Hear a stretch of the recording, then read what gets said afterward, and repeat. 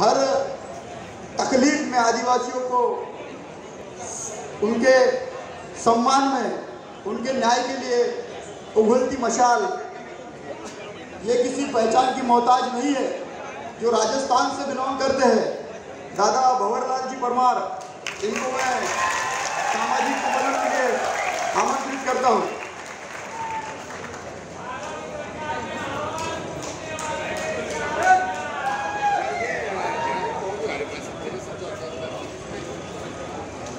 जय जोहार का नारा है भारत देश हमारा है। जय जोहार का नारा है। साथियों, दोपहर से आप लोग देश भर से आए सामाजिक कार्यकर्ताओं को सुन रहे हैं। यूएनओ से आए कुलमन चौधरी और हमारे विधानसभा के उपाध्यक्ष की भी बात आप लोगों ने सुनी।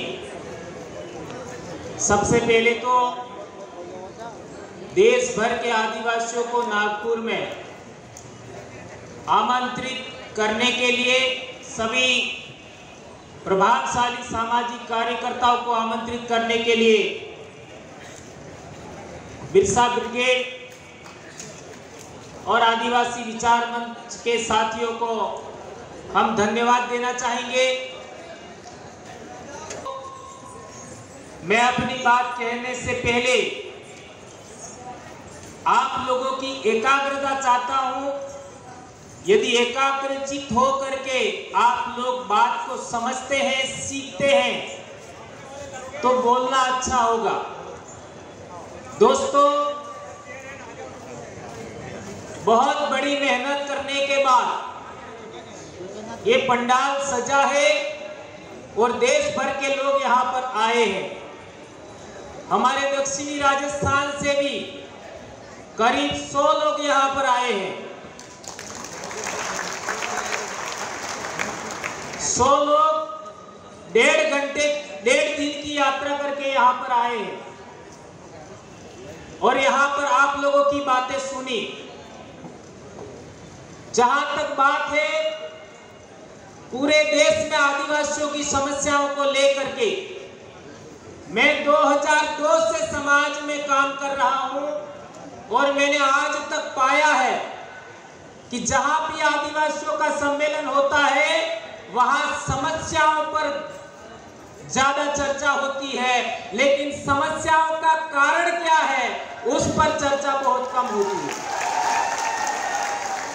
हमारी ये समस्या है, हमारी वो समस्या है, हमारा ऐसा होना चाहिए, ये सभी लोग बोलते हैं, लेकिन ये समस्या का कारण क्या है उस कारण को भी हमें आइडेंटिफाइड करना होगा।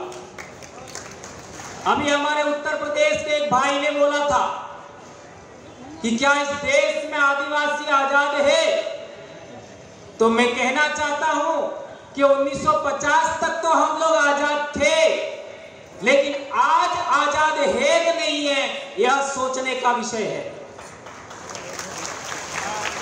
ऐसा मैं इसलिए कह रहा हूं कि आज देश के अंदर सच बोलना कठिन हो गया है, सही बात कहना कठिन हो गया है, न्यायप्रिय बात करना कठिन हो गया है। देश में जो भी व्यक्ति सच बोलने की हिम्मत करता है उस आदमी को दबाने की कोशिश होती है। ये बात हो रही है आज देश भर में।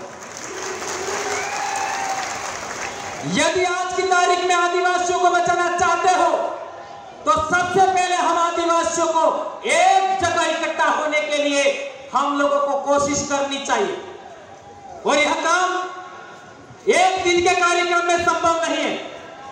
मैं चाहता हूं कि देश के किसी भी कोने में वह सेमिनार हो, लेकिन कम से कम 2 से 3 दिन का कार्यक्रम होना चाहिए जिसमें हम योजना बनाएं कि पूरे देश के आदिवासी, पूरे देश के संगठन और पूरे देश के पॉलिटिकल लोग हैं और पूरे देश के विभिन्न धर्मों में बटे हुए आदिवासी हैं, उनको हम कैसे जोड़ें। संगठन बनाना आसान है, संगठन चलाना मुश्किल है। कोई भी संगठन देश में आदिवासियों का 4 साल से ज्यादा प्रभावशाली नहीं रहता। उससे पहले उस संगठन को खत्म करने की योजना चलती है और लोग फिर निराश होकर के दूसरा संगठन खड़ा कर देते हैं। ऐसा हमें नहीं करना। जो भी संगठनकर्ताओं ने अभी तक काम किया समाज के लिए, 5 से 10 साल दिया, उन संगठनकर्ताओं का अनुभव को हमें आगे बढ़ाना चाहिए। जहां तक सतीश जी पेंदाम का सवाल है, इसी नागपुर की धरती पर हम लोग पहली बार एक सम्मेलन के अंदर 2013 में मिले थे। इसी तरीके से हम लोग पूरे देश भर के अंदर विभिन्न सामाजिक संगठन और विभिन्न आपके जो मूवमेंट है उनके अंदर हम लोग सभी सामाजिक कार्यकर्ताओं को सुना और सुनने के बाद अंततः हमने फैसला लिया कि हम लोगों को सामाजिक विचारधारा को इस तरीके से पेश करना चाहिए, इस तरीके से विकसित करना चाहिए कि विभिन्न पार्टियों में बटे हुए लोग हैं वो भी हमारी तरफ आकर्षित होना चाहिए, विभिन्न धर्मों में बटे आदिवासी हैं वे भी हमारी तरफ आकर्षित होना चाहिए, विभिन्न संगठनों में बटे हुए आदिवासी हैं वे भी हमारी तरफ आकर्षित होना चाहिए और विभिन्न रीजनल में बसे हुए आदिवासी हैं वो भी हमारी तरफ आकर्षित होना चाहिए, केंद्रित होना चाहिए। ये चीज हम लोग करने में कामयाब हुए। इसकी वजह से आज दक्षिणी राजस्थान में एक ऐसी वैचारिक क्रांति, एक ऐसा सांस्कृतिक शुद्धिकरण का प्रयास चल रहा है जिसकी वजह से पूरे देश में आज की तारीख में एक क्रांति सी खड़ी हो रही है और वो क्रांति आपके साथ है, ऐसा मैं कहना चाहता हूं। दोस्तों, पूरे देश के अंदर भील आदिवासी सबसे बड़ा आदिवासी समुदाय है और उसका मैं एक सदस्य हूं, वंशानुगत सदस्य हूं। जैसा कि यूएनओ में कहा गया कि भीली बोली संस्कृत भाषा से बनी है, इंडो आर्यन लैंग्वेज है, यह बात 100% ही नहीं 101% गलत है, 101% गलत है। कैसे? भीली बोली के अंदर मां को आई कहते हैं, संस्कृत भाषा के अंदर मां को क्या बोलते हैं? मात्र। हिंदी में क्या बोलते हैं? माता। भीली बोली में मां को क्या बोलते हैं? आई। कहां मैच कर रहा है? राजस्थान से लगा करके कर्नाटक तक आदिवासी लोग हैं अपनी मां को आई बोलते हैं। कहां है? दूसरा उदाहरण, हम आदिवासी लोग दक्षिणी राजस्थान के अपने पिताजी को आतो कहते हैं, आतो। संस्कृत भाषा के अंदर पिताजी लोग क्या बोलते हैं? पितृ। हिंदी में क्या बोलते हैं? पिता। कहां मैच कर रहा है? मैच नहीं कर रहा। भीली बोली के अंदर बहुत सारे ऐसे शब्द हैं जिसको हिंदी में लिखा नहीं जा सकता, जिसको संस्कृत में लिखा नहीं जा सकता, इवन अंग्रेजी में भी लिखना संभव नहीं है। बहुत सारी महिलाओं के नाम मीरा होता है, मीरा। मीरा को आप हिंदी में नहीं लिख सकते, अंग्रेजी में नहीं लिख सकते, संस्कृत में नहीं लिख सकते। इसी तरीके से दो नदियां या दो नाले मिलते हैं, उस जगह को बेल कहते हैं। बेल। बेल शब्द को आप हिंदी में नहीं लिख सकते, संस्कृत में नहीं लिख सकते, अंग्रेजी में नहीं लिख सकते। कैसे कह सकते हो आप भीली बोली है, वह संस्कृत भाषा से निकली है या फिर इंडो आर्यन लैंग्वेज है? और एक इंपॉर्टेंट बात कहना चाहता हूं कि हमारी बोली के अंदर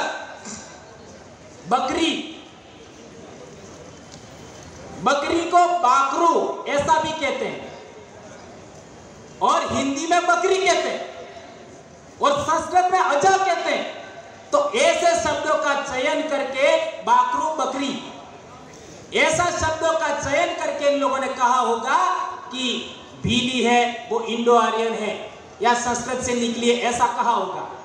तो मैं आपको कहना चाहता हूं, मेरी अनपढ़ मां जो कभी स्कूल नहीं गई, वो बकरी को लिए दो शब्द इस्तेमाल करती है, बाकरो और साड़ो। साड़ो, साड़ी। ये राजस्थान से छत्तीसगढ़ तक साली या छेली बोलते हैं बकरी को। सही कह रहा हूं, गलत कह रहा हूं? तो साड़ो ये ओरिजिनल भीली वर्ड है, ये ओरिजिनल इंडिजिनस स्पीचेस का पार्ट है। बकरी है यानी बाकरू जो हम बोलते हैं, यह शब्द ये संस्कृतिकरण की वजह से, लैंग्वेज का संक्रमण होने की वजह से आया होगा, ऐसा कहा जा सकता है। एक और भीली बोली में एक शब्द है, हम आदिवासी कैसे हैं उसके लिए हमारे वहां एक कहावत सी है, वो आपके सामने मैं रखना चाहता हूं। आदू आद धूल मूल धनी भील, ऐसा बोलते हैं।